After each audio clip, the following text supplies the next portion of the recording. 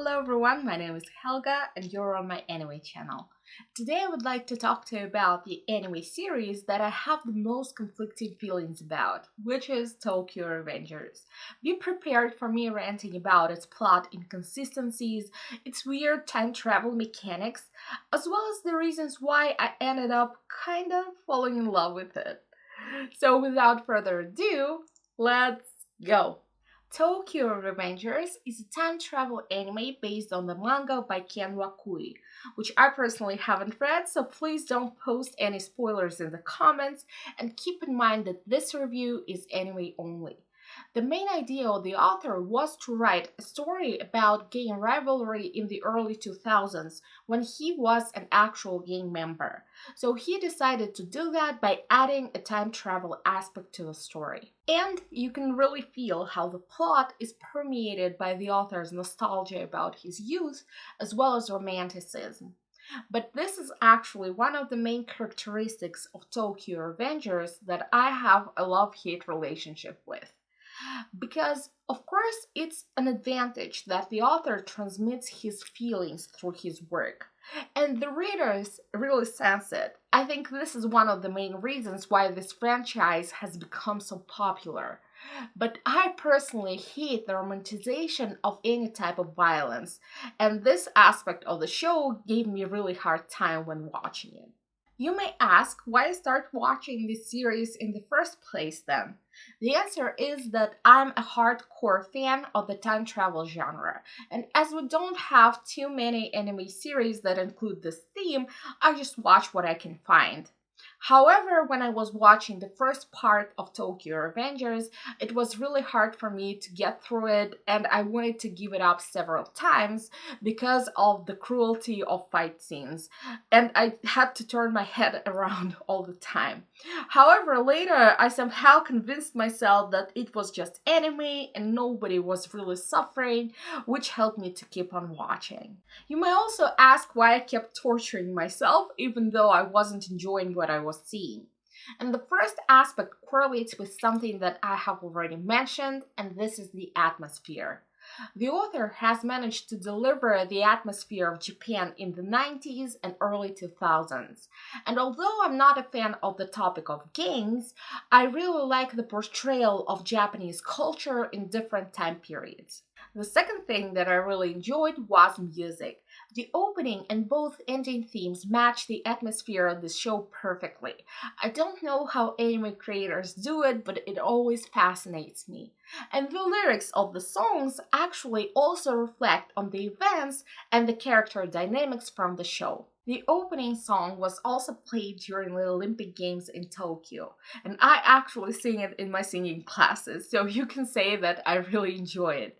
Music has always been an important part of any anime for me, and here it has been chosen perfectly, in my opinion.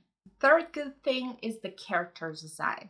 I really enjoyed the looks of the characters. I think they're nice and stylish and match the characters' personalities. I know that a lot of people are big fans of Mikey. I think it's the most popular request to my tattoo artist now, who specializes in anime tattoos. Because on his Instagram, I saw a tattoo of Mikey that he did on someone's arm, as well as someone's neck, which really shows how popular this character is. But if you ask me, I prefer Draken in terms of his appearance as well as his personality, actually, because I think it's not that bad in comparison to other characters. I've made this remark because unfortunately I can't really root for anyone in this show. In my opinion, they're either shitty people or just kind of dumb. And here we need to talk about the main character. Unlike most reviewers, I'm not really mad at him for being a crybaby because I would definitely cry if I found myself in the same situation too. However, I'm often irritated about him being conveniently stupid for the plot to keep going. Here I can't do without minor spoilers, so if you haven't read the manga or seen the show and don't want to hear them, please skip to the next time code. I was flabbergasted when I saw Takemichi genuinely forgetting how the events of the Bloody Halloween meant to unravel. He was like, thank God, I've saved Baji from Kisaki. And then, oh my God, Kisaki wasn't the one who was supposed to kill him. What? Really? He just forgot the events of the day that he was supposed to change.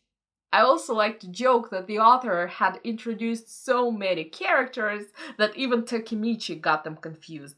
In general, my biggest complaint about the show is its plot conveniences. Another example of this can be when particular characters just freeze in the scenes when it's convenient plot-wise. For example, in the same fight scene that I was talking about before, Kisaki wasn't participating unless he was needed. I just wonder what he was doing the rest of the time. Just standing there?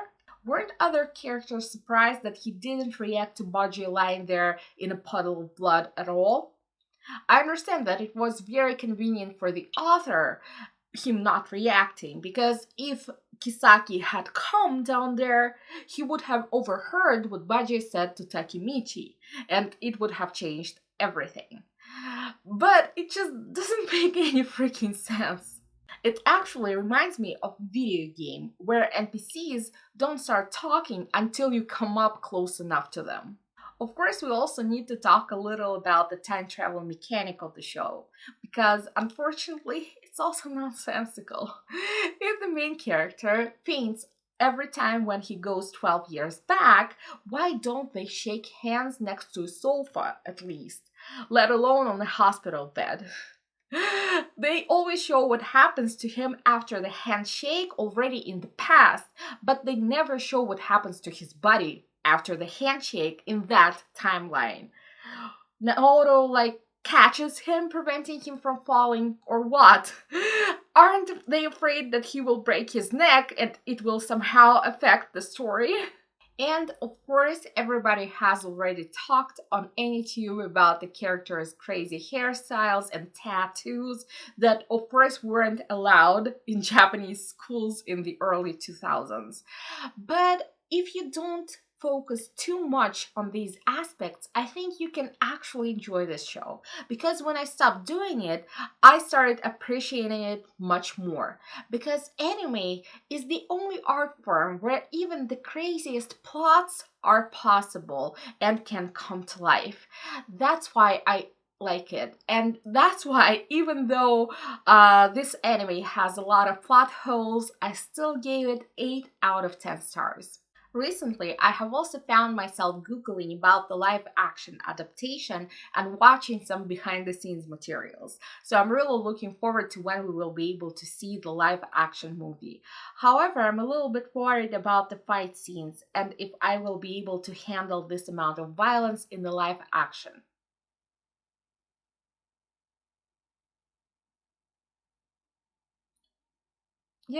I think I should be fine.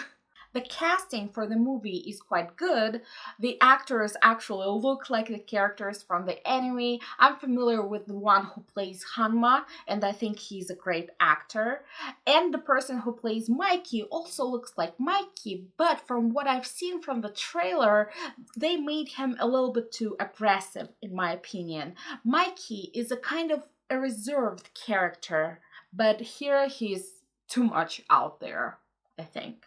I hope I will be able to make a similar review about the movie soon. But now write in the comments how you felt about the anime adaptation and what ranking you have given to it. Also give this video a thumbs up, subscribe to my channel if you haven't yet, and click the little bell icon to get all the notifications about when I post new videos. Hope to see you soon. Bye!